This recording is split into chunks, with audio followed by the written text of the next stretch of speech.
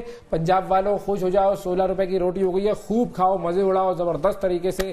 روٹی اب ملے گی 16 روپے کی, یہ کہہ دیا ہے مریم نواز صاحبہ نے. مریم نواز صاحبہ سی ایم پنجاب جو بنی تو انہوں نے یہ آتے ہی ایک زبردست اقدام کیا کہ آؤ نوجوانوں, بس اب تمہیں روٹی 16 روپے کی, اور کھاؤ بھائی, کھاؤ اور کھاؤ. بالکل یہ اب 16 روپے کی روٹی. 16 کیوں 15 کوئی انہوں نے کاسٹنگ نکالی ہوگی نا اس کی کوئی کہ بھائی اتنی کاسٹ ہے, اتنی گرامج ہوگی, اتنی ویٹیج ہوگی, اتنا آٹا ہے, اتنے کی محنت لگا لیں آپ, اتنی پروفیٹیبلٹی لگا لیں, تو 16 روپے کے حساب سے انہوں نے ایک جسٹیفیکیشن دی ہوگی. ہاں میں نان بھائیوں کی جسٹیفیکیشن سوچ رہی ہوں, وہ کدھر سوچ رہے ہیں, کیا سوچ رہے ہیں وہ. انہوں نے تو منع کر دیا کہ ہم نہیں کر رہے بھائی 16 روپے کی روٹی. نہیں تو ان کو کیا کر لیتے, مان بھی جاتے اور ہلکا سا چھلکا پکا کے دے دیتے عوام کو. اتنی کیا بڑی بات ہے, پیڑا چھوٹا کر لیں, چھوٹا سا. آپ فراڈ کے نسخے نہ دیں, نہیں وہ پکڑ لیں گی مریم صاحبہ. ہاں یہ ہے بالکل, پتہ چل جائے گا یہاں سے آ رہا ہے نسخہ. یہ ہے وہ خاتون جو کہ ملک میں سستی روٹی کے نام پر صرف اور صرف کاغذ پکڑا رہی ہے. لیکن پہلے بھی ایک منصوبہ ہوا کرتا تھا جتنا if I can remember, سستی روٹی والا. وہ ایگزیکٹلی پتہ نہیں کہ اس کا کیا بنا, کیا ہوا, چل رہا ہے نہیں چل رہا ہے. ابھی فی الحال 16 روپے کی آ گئی ہے خبر, تو یہ خوشی کی خبر ہے عوام کے لیے. عوام کے لیے سب سے بڑا مسئلہ کیا ہے, روٹی کپڑا مکان کہا تھا نا, تو کپڑا مکان وہ دیں گے دو, کپڑا مکان. پہلے روٹی کا مسئلہ حل ہوگا, صحیح ہے, پھر جب روٹی کھا لیں گے سب لوگ, پھر ان کو خیال آئے گا میسلوز ہائرارکی آف نیڈس کے تحت کہ روٹی کھا لی, اب ہمیں کپڑا بھی پہننا ہے, تو وہ پھر کپڑا دیں گے ان کو. نہیں کپڑا پہن کے روٹی کھائیں گے نا ویس بھائی, پہلے روٹی چاہیے, مجھے پہلے روٹی چاہیے. 16 روپے کی روٹی, بس ڈن ہو گیا, ویری گڈ, بہت بہترین کام ہو گیا, یہ پسند آیا. ویسے اسلام آباد میں کتنے کی ہے؟ 25 روپے کی مل رہی ہے. یہ کون سا تندور ہے ویس 25 روپے کی روٹی والا کی طرف ہے؟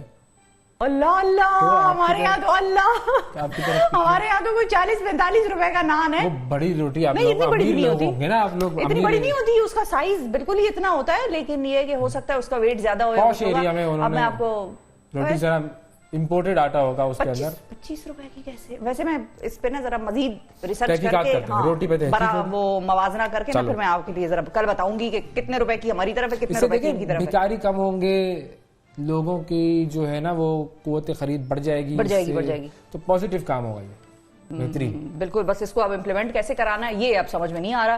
اور آٹے والے کیا کریں گے, نان بھائی الگ ہیں, آٹے والے الگ ہیں, یہ دو پارٹیز میں انوالوڈ ہیں. 16 روپے کی روٹی چاہیے. اچھا چھوڑے, یہ تو آپ نے مریم نواز صاحبہ کا بتایا, اچھی خبر سے آپ نے آغاز کیا. اللہ کرے کہ عوام کو مزید اچھی خبریں ملیں. بشرا انصاری صاحبہ, بشرا انصاری صاحبہ نے ان کی ایک بڑی مزیدار ویڈیو ہے جو چل رہی ہے, اور انہوں نے بھکاری مافیا جو ہے نا, بھکاری مافیا ظاہر شہر میں پھیلتے ہیں, پھر مختلف کچرا کنڈیوں میں ظاہر ہے وہ کچرا چن رہے ہوتے ہیں, چھوٹے چھوٹے بچے ان کے ساتھ ہوتے ہیں, اور ایک عجیب سی صورتحال ہوتی ہے. لوگ ان سے تنگ ہو رہے ہوتے ہیں, وہ لوگوں سے بھی تنگ ہو رہے ہوتے ہیں, کیونکہ آپس میں اکثر جھگڑے لڑائیاں بھی ہو جاتی ہیں.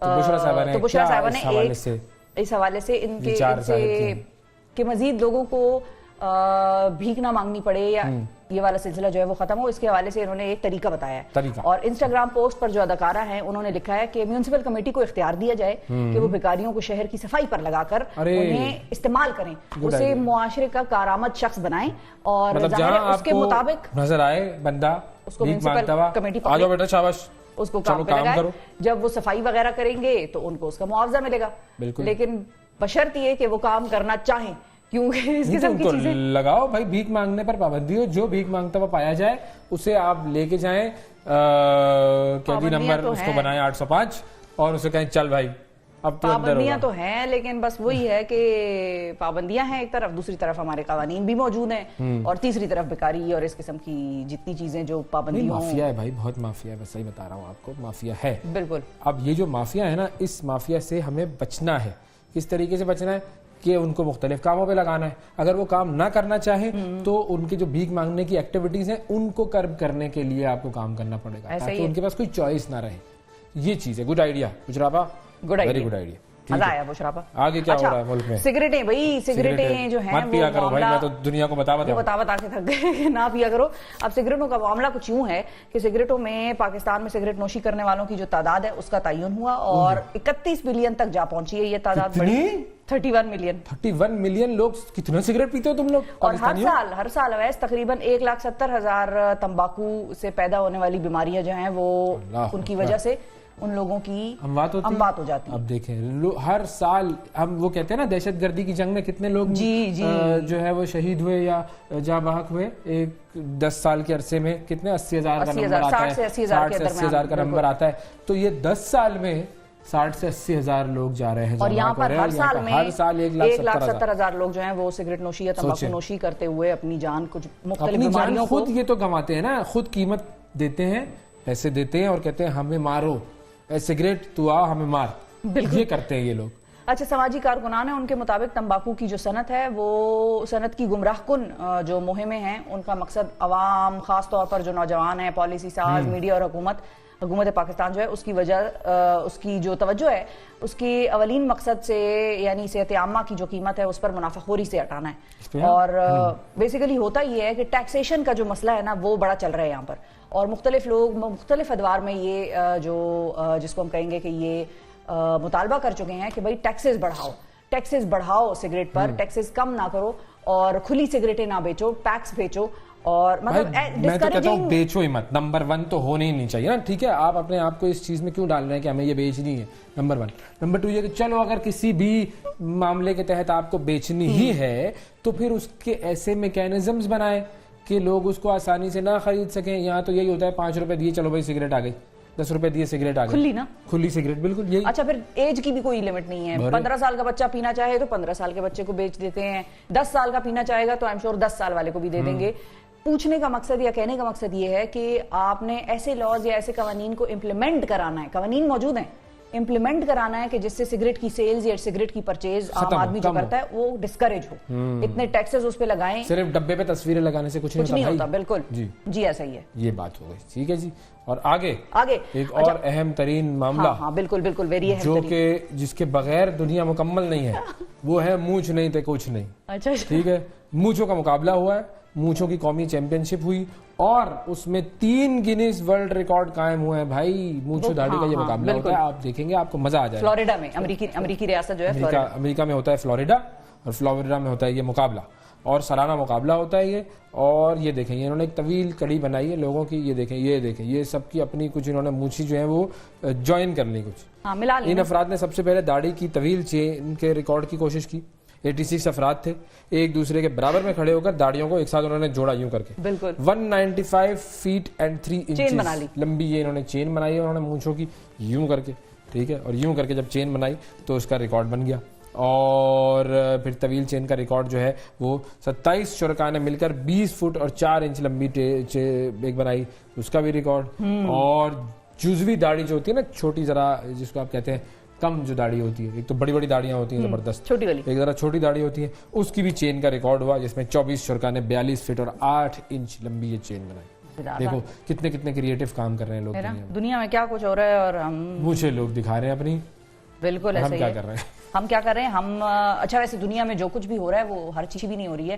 ہم نے دیکھا کہ اوور دا ویکینڈ ایک تو ایران کے حملے کے حوالے سے بڑی بات ہوئی, ہفتے کی رات کو جو ہے وہ ایران کا حملہ ہوا. پھر اسی کے ساتھ ہم نے دیکھا کہ ہفتے کو ہی آسٹریلیا میں ایک اٹیک ہوا, اور اس حوالے سے بھی ہم بات کریں گے اور جانیں گے کہ وہاں پر کچھ لوگ, اچھا کچھ نیوز رپورٹس کے مطابق 7 لوگ اور کچھ نیوز رپورٹس کے مطابق 6 لوگ جو ہیں وہ اس سے متاثر ہوئے. اور ایک پاکستانی ایسا ہے کہ جس نے وہاں پر لوگوں کی جان بچانے کی کوششیں کی, اور کچھ رپورٹس کے مطابق وہ جو ہے ہاسپٹل میں اس وقت ایک پاکستانی کے حوالے سے یہ کہا جا رہا ہے کہ وہ جہاں ہو چکا ہے, دوسرے پاکستانی کے حوالے سے بات ہو رہی ہے کہ وہ بھی ہاسپٹل میں ہے. ہمارے ساتھ زاہد حفیظ صاحب موجود ہیں, Pakistani high commissioner to Australia. ان سے ہم بات کرتے ہیں اور اس معاملے کے بارے میں مزید معلومات لیتے ہیں. السلام علیکم سر.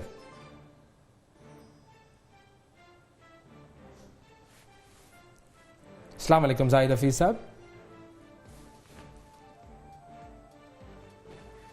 زاہد حفیظ صاحب ہمیں نظر آ رہے ہیں لیکن زاہد صاحب کی آواز ہمیں نہیں آ رہی. زاہد صاحب اگر آپ دوبارہ ایک مرتبہ کچھ کہہ کر بتائیں گے.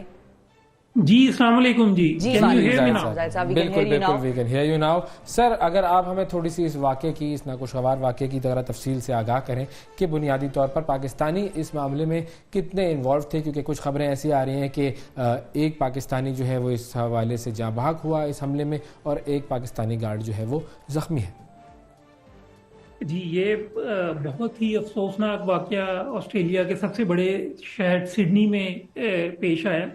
اس واقعے میں ایک چاقو بردار جو شخص تھا جس کا نام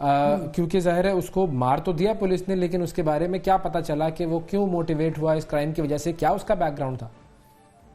اچھا, اس میں جو ابھی تک انیشیل انفارمیشن آئی ہے اس میں یہ تو نہیں کوئی انڈیکیشن ملی کہ اس کا کوئی جو ہے وہ ٹیررزم ریلیٹڈ آسپیکٹ ہو اس سارے واقعے کا, یا اس کی کوئی ریلیجیس موٹیویشن ہو, وہ اس کی کوئی انڈیکیشن ابھی تک نہیں ملی ہے. جو ایک بات سامنے آئی ہے وہ یہ ہے کہ اس کا مینٹل ہیلتھ ایشوز بالکل تھے. He was already known to the police and he was known to have mental health issues. بالکل ٹھیک, بہت شکریہ ادا کریں گے جی. زاہد حفیظ صاحب ہمارے ساتھ موجود تھے جی, Pakistani high commissioner in Australia, اور ہمیں کی تفصیلات سے آگاہ کر رہے تھے. ظاہر ایک بہت افسوسناک واقعہ ہے, اور پاکستانیوں کے حوالے سے ایک بات تو یہ سامنے آئی کہ وہ چونکہ وہاں پر گارڈ کے کام پر مامور تھے تو انہوں نے اپنے کام کا پاس رکھا اور اس شخص کو روکنے کی کوشش کی, لوگوں کو بچانے کی کوشش کی. اس میں ظاہر جس طرح سے جاں بحق ہوئے, اللہ تعالیٰ ان کو غریق رحمت کرے. اور ظاہر یہ تو ایک ناگہانی یوں کہنے کی شہادت کی ہی موت ہے, اور باقی جو دوسرے ہمارے پاکستانی بھائی وہ ٹھیک ہے, اللہ کرے کہ وہ مزید بہترین صحتیاب ہو, اور وہ بھی پاکستان کے ایمبیسڈر ہی ہیں جی. وقفہ لیتے ہیں, وقفے کے بعد دوبارہ ہمارے ساتھ آپ رہیں گے. ایک تھوڑی دیر بعد دوبارہ آپ سے ملاقات کرتے ہیں.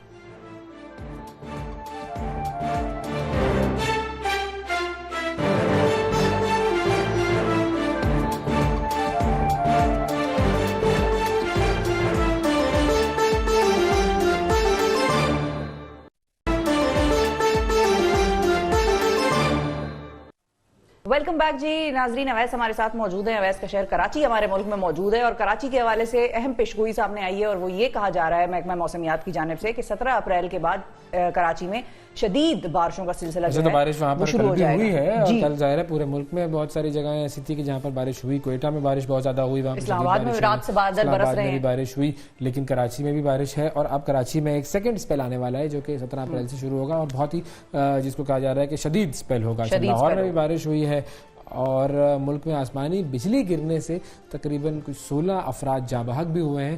تو ایسی بہت سارے معاملات ہیں. اب یہ بارشوں کا جو اسٹرینتھ ہے اور یہ جو اسپیل ہے یہ کتنا شدید ہوگا, اس حوالے سے ہم بات کرتے ہیں. سردار سرفراز صاحب ہمارے ساتھ موجود ہیں میٹ آفس سے. السلام علیکم سر.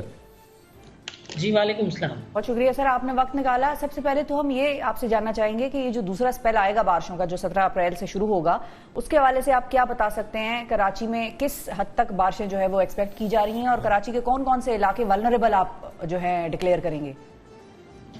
جی بہت شکریہ. دیکھیے یہ 17 کی صبح سے بلوچستان میں ایک اور ویسٹرلی ویو کا سلسلہ داخل ہوگا. ہو سکتا ہے کچھ ایریاز میں 16 کی رات سے ہو جائے, جو بالکل ایران کے ساتھ لگتے ہیں, گوادر اور جیگانی خاص کر, اور اوپر کیش ڈسٹرکٹ کے کچھ علاقے.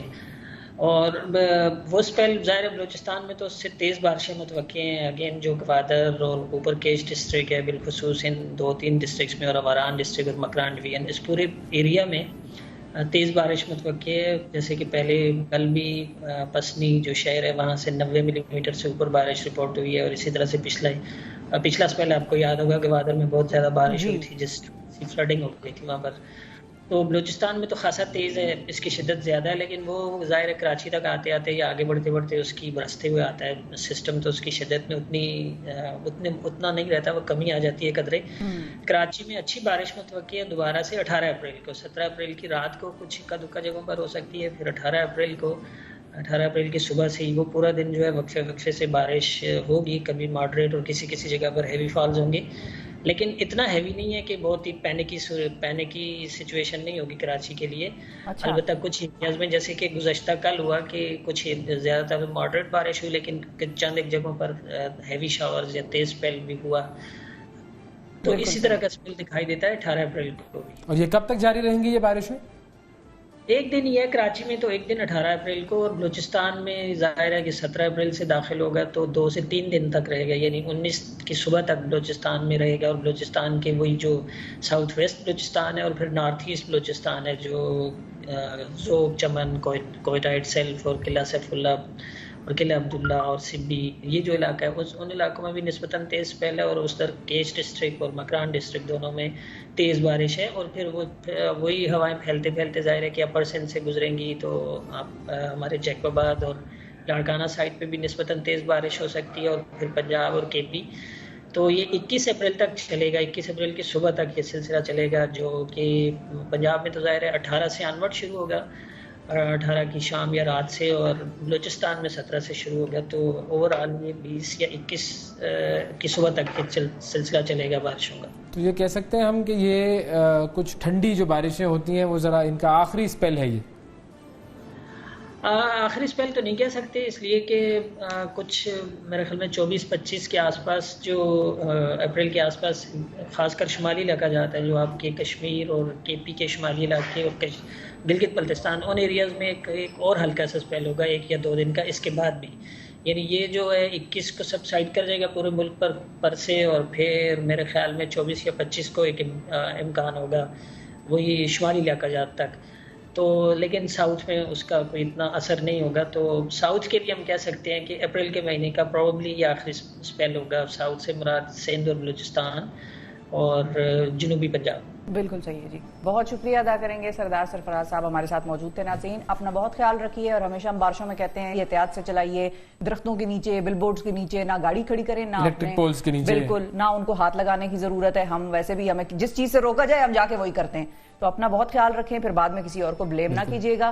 اور ایک وقفے کی طرف ہمیں جانا ہے. وقفے کے بعد جب آپ سے ملیں گے تو ہمارے ساتھ مزید جو ہے وہ گیسٹ بھی ہوں گے، اور مزید ہم بات کریں گے اہم ایشوز پہ. اسٹے ود اس.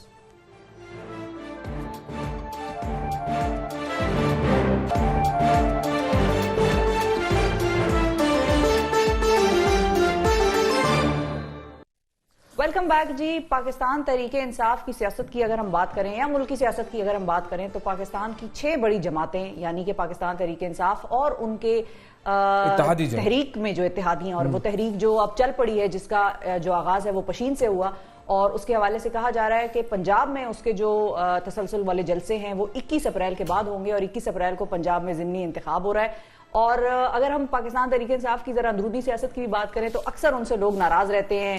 کبھی وہ آپس میں لڑ رہے ہوتے ہیں، کبھی اپنے اتحادی جماعتوں کے ساتھ لڑ رہے ہوتے ہیں. بس یہ کچھ لڑائی جھگڑے ہر پارٹی میں ویسے چل رہے ہیں، لیکن ان کے آج کل زیادہ ہو رہے تھے. لگتا ہے خان صاحب نے کوئی ڈانٹ وانٹ پلائی ہے تو یہ سب جو ہے وہ کنٹرول میں آ گئے.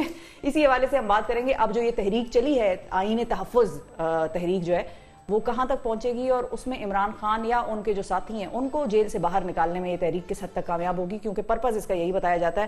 ہمارے ساتھ صاحبزادہ حامد رضا صاحب موجود ہیں، جو کہ پاکستان تحریک انصاف کے اتحادی جماعت سربراہ ہیں اور سربراہ سنی اتحاد کونسل ہیں. السلام علیکم سر. وعلیکم السلام جی.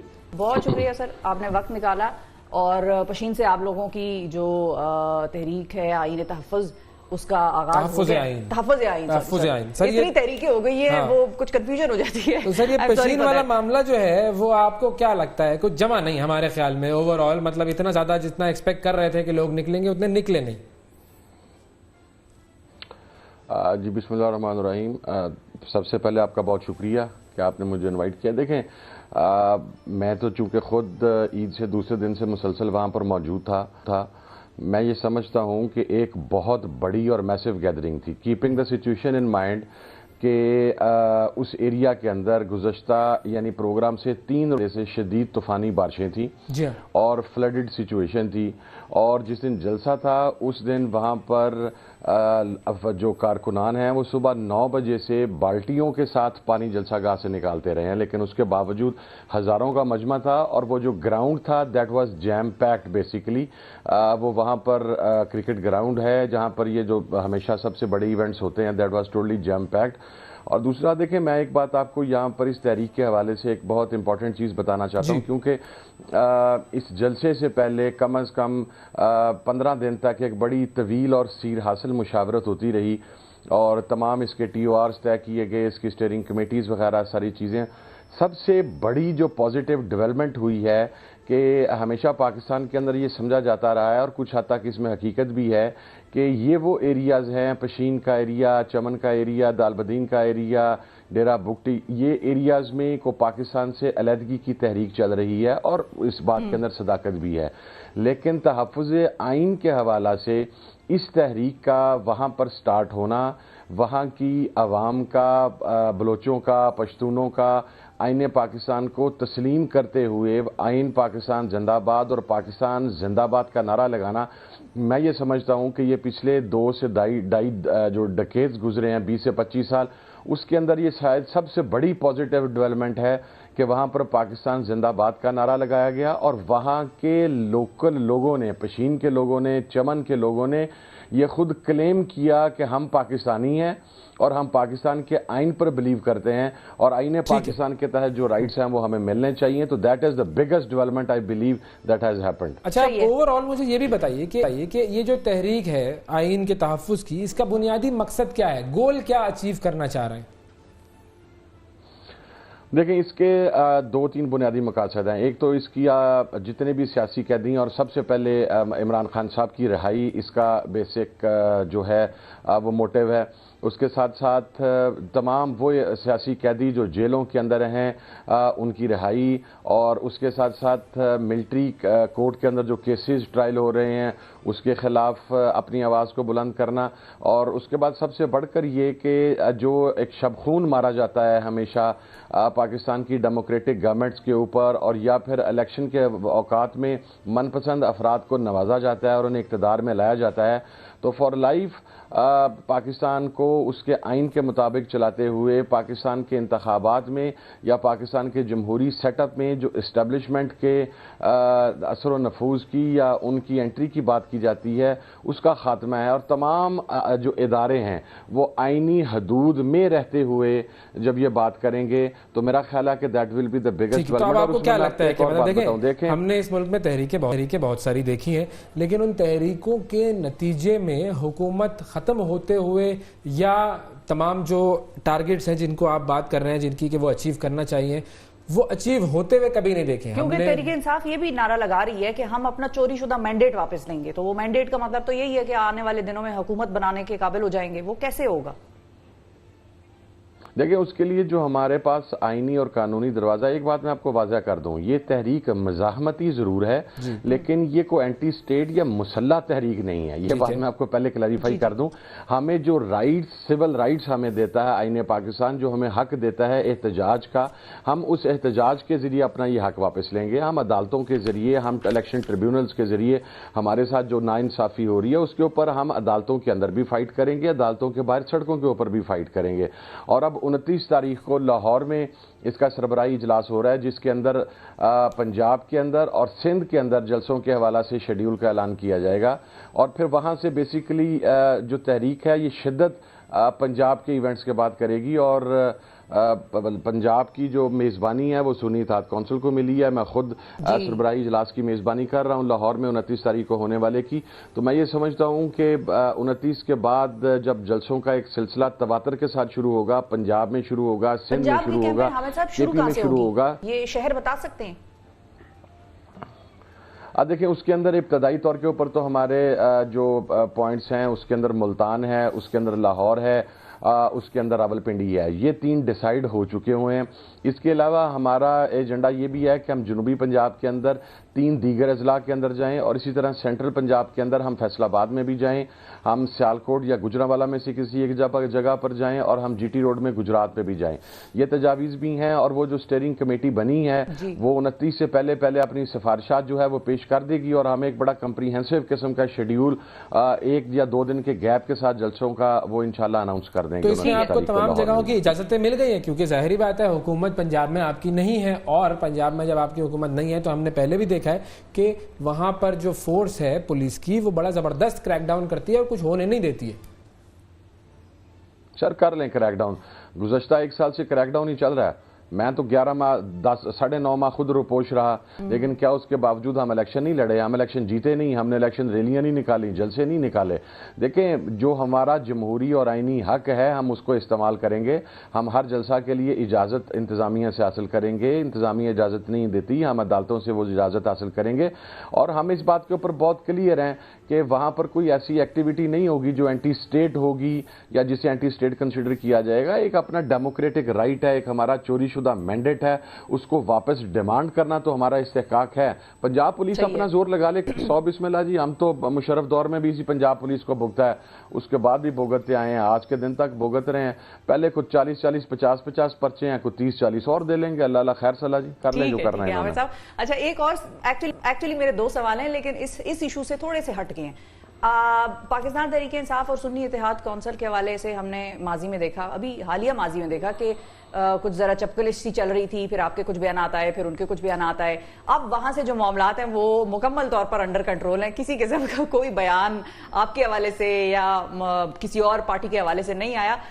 آپس کی بات ہے, یہ بتائیں خان صاحب سے ان کو ڈانٹ چانٹ پڑی ہے کیا؟ یہاں یہ ہوا کیا؟ اتنی خاموشی کیسے ہو گئی؟ ورنہ کوئی ایک آدھا تو بیان داغ ہی دیتا ہے. میں آپ کو بتاؤں جی, میرے ساتھ تو کچھ خصوصی محبت ان سین فورسز کو کہ 3 مرتبہ کورٹ آرڈرز کے باوجود اور خان صاحب کے بار بار کہنے کے باوجود انہوں نے رائٹنگ لکھ کے دیا کہ I want to see Hamid رضا, لیکن میں جب اڈالہ پہنچتا ہوں تو باقی بہت سارے لوگوں کو انٹر کر دیا جاتا ہے, اور ہم کو 4 پسند لوگ ہیں جن کے اوپر خصوصی محبت کرتے ہوئے ہمیں اندر نہیں جانے دیا جاتا, لیکن hopefully I'm going to see him on Thursday, coming Thursday.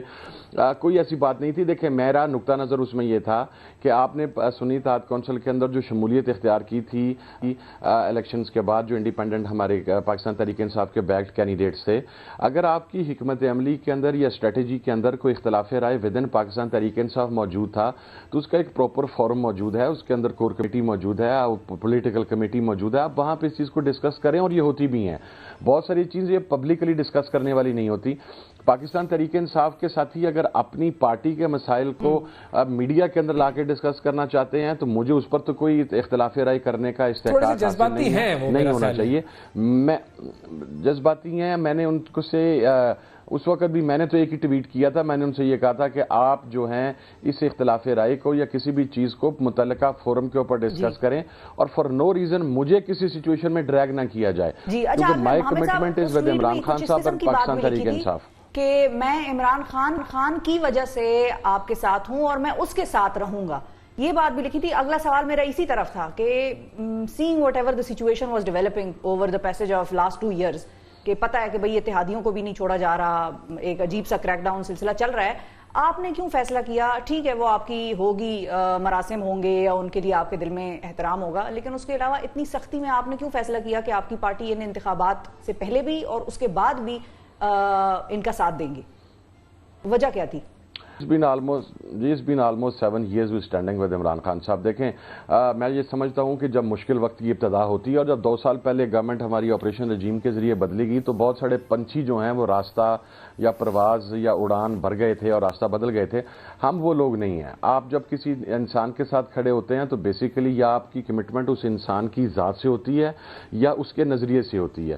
ہماری کمٹمنٹ جو عمران خان صاحب نے نظریہ دیا تھا, اور میں چونکہ بہت کلوز رہا ان 2 سالوں میں خان صاحب کے, I have seen the things جو میرا خیال ہے میں اگر پبلکلی بتاؤں تو لوگ شاید نہیں یقین کریں گے کہ وہ کتنا پیٹریوٹک اور کتنا آئین اور قانون پر بلیو کرنے والا آدمی ہے.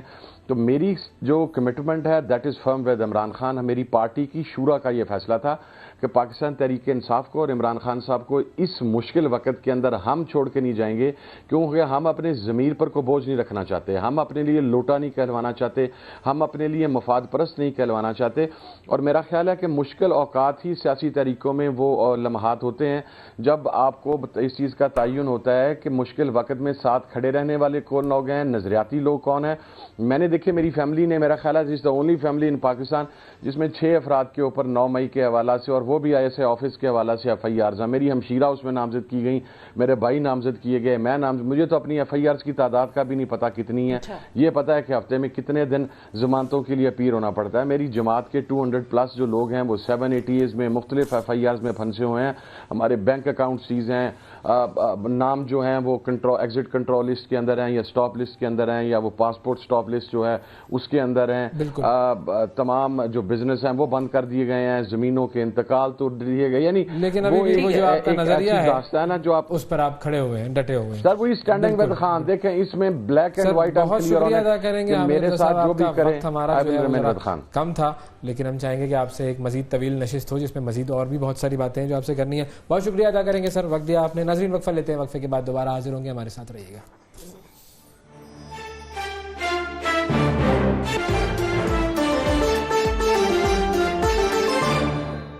ویلکم بیک جی. اب بات کرتے ہیں ایک ایسے معاملے کی کہ جس کا نام جب میں آپ کے سامنے لوں گا تو آپ کو لگے گا کہ زندگی مکمل ہو گئی. اور زندگی مکمل ہونے کے لیے زندگی میں کیا 2 چیزیں چاہیے. پہلی چیز ہوتی ہے عشق.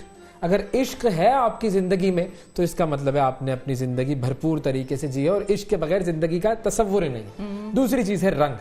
کیونکہ عشق جو ہے وہ آپ کی زندگی میں رنگ بھر دیتا ہے. تو عشق اور رنگ یہ دونوں چیزیں اگر آپ کی زندگی میں ہیں تو زندگی مکمل ہے, ورنہ کچھ نہیں ہے. اب یہ عشق رنگ کیا ہے یہ ذرا پہلے ہم آپ کو دکھاتے ہیں, پھر اس پر بات کرتے ہیں. واہ واہ واہ واہ واہ مزہ آ گیا ویسے بھائی یار کے رنگ اس میں نظر آئے ویڈیو میں, بھائی مغلیہ دور نظر آیا. واہ واہ واہ واہ کمال. اور ایک جوان سا لڑکا نظر آیا مجھے. اب میں یہ سوچ رہی ہوں کہ یہ جوان سا لڑکا جو ہے وہ اکبر ہے, اورنگزیب ہے, بابر ہے, ہمایوں ہے, شاہ جہان ہے, کون سا والا ہے, یہ اسی جوان سے پوچھیں گے, تعارف کروائیں گے. دیکھیں پاکستان کی جو میوزک انڈسٹری ہے اس میں ایک نام ایسا ہے جس نے ہمیشہ جو بھی کام کیا ہے ٹرینڈ سیٹنگ کام کیا. بالکل. جب انہوں نے ریپس بنانا شروع کیے تو ٹرینڈ سیٹنگ ہوئی, پھر اس کے بعد باقی لوگوں نے ان کو کاپی کرنا شروع کیا, جٹ سٹائل کے گانے بنائے, پھر صوفیانہ کلام بنائے, وہ بھی کمال عروج پر پہنچے, اور اب پھر انہوں نے صوفیانہ کلام ریلیز کیا ہے. تو ایک صاحب جو یہ جو لڑکے نما جو صاحب ہمیں نظر آ رہے تھے ان کا نام ہے ابرار الحق. پہلے ان سے بات کرتے ہیں. السلام علیکم ابرار صاحب. وعلیکم السلام. بڑا مزہ آیا ویسے یہ دیکھ کے, بڑی ہی ڈیفرنٹ یونیک اپروچ اس میں استعمال کی ہے. یہ بتائیں سب سے پہلے ابرار بھائی آپ کون سے والے مغل بادشاہ تھے؟ کم از کم بس بہادر شاہ ظفر کو چھوڑ کے باقی کوئی بالکل بالکل صحیح. لیکن ہیونگ سیڈ دیٹ میں یہ کہوں گا کہ یہ جیسے آپ نے کہا ایک ٹرینڈ سیٹنگ اللہ کی طرف سے ایک آئیڈیا آتا ہے, اور سارا بلوچ کے ساتھ ملاقات ہوئی سہارا کے حوالے سے, تو اے آئی ویڈیو کا خیال ذہن میں آیا, ورنہ اس کی ویڈیو بن چکی تھی, سارا کام ہو چکا تھا, اور وہ واقعی ہم شاہی قلعے میں جا کے ہم نے شوٹ کیا تھا, کافی لمبا چوڑا شوٹ. مگر یہ جو اے آئی کا کام ہے آرٹیفیشل انٹیلیجنس کا, وہ پہلی بار میں نے کسی کا دیکھا اور مجھے بڑا اچھا لگا, اور ہم نے سوچا کہ اس پہ وہ کر کے دیکھتے ہیں. اور اس میں جیسے ابھی آپ نے ذکر کیا بوائش لک, وہ بھی بڑی ضروری تھی, زبردست. اور اوور آل اس میں جو, اور یہ ایک ٹرینڈ سیٹنگ چیز ہو سکتی ہے کیونکہ اس میں ایک تو بہت کم پیسے لگتے ہیں ویڈیوز میں, اور پھر then sky is the limit for the imagination. میں یہ کہوں گا کہ آپ کچھ بھی وہ بنا سکتے ہیں. آنے والے جو ٹائم ہے وہ آرٹیفیشل انٹیلیجنس. اب یہ جو خاتون آپ کے ساتھ بیٹھی ہوئی ہے, میں ذرا ان کا بھی تعارف کروا دوں, کیونکہ دیکھیں کچھ لوگ ہوتے ہیں وہ یکجہتی شخصیات ہوتے ہیں, ان کا ایک کام ہوتا ہے جس میں وہ ماہر ہوتے ہیں, دنیا ان کو اس کام کے حوالے سے جانتی ہے. لیکن سارا بلوچ صاحبہ جو ہیں وہ بھی بڑی ملٹی ڈائمینشنل پرسنالٹی ہیں جی. ان کو آپ کوآپریٹ شوز کی ہوسٹنگ کرتے ہوئے دیکھتے ہیں, وہ ٹیکسٹائل انہوں نے NCA سے پڑھا ہے, انہوں نے جو ہے وہ اسپورٹ کی اینکرنگ بھی کی ہے, انہوں نے جو ہے وہ گانے وانے بھی گائے, ریڈیو بھی کیا ہے, وائس اوور بھی کیا ہے, اور اب یہ ان کا ڈیبیو ہے میوزک ویڈیو ڈائریکٹ کرنا, اور وہ بھی اے I based music video direct کرنا پاکستان میں. یہ بھی ایک ٹرینڈ سیٹ کیا ہے. تو یہ ہے ملٹی ڈائمینشنل سارا بلوچ. السلام علیکم سارا. وعلیکم السلام, گڈ مارننگ. کیسے ہیں آپ دونوں؟ خیریت سے؟ ہم دونوں بالکل ٹھیک ٹھاک ہیں. بہت شکریہ سارا, ابرار, آپ دونوں نے وقت نکالا شو کے لیے, اور بہت شکریہ کہ بڑی ایک منفرد چیز بنائی ہے. لیکن سارا آپ کے رول پہ ذرا مجھے سوال اٹھانا ہے, اور مائنڈ نہ کیجیے گا. سوال یہ ہے کہ اے آئی کی جو ڈائریکشن ہے فلم کی یا میوزک ویڈیو کی, اس میں ڈائریکٹر کا کیا کام؟ وہ تو ساری کمانڈ ادھر سے ہو جاتی ہے کمپیوٹر سے. ہاں, یہ سمجھائیں ذرا دنیا کو کہ بھائی ڈائریکٹر کیا کرتا ہے. اچھا, یہ ایک بڑی امپورٹنٹ چیز ہے, کیونکہ دیکھیے اب جو 2023 کی ہم بات کریں تب ایوالو کیا تھا اے آئی نے, 2024 میں بہت سارے ایڈوانسمنٹ آئے ہیں, مزید اور آتے رہیں گے.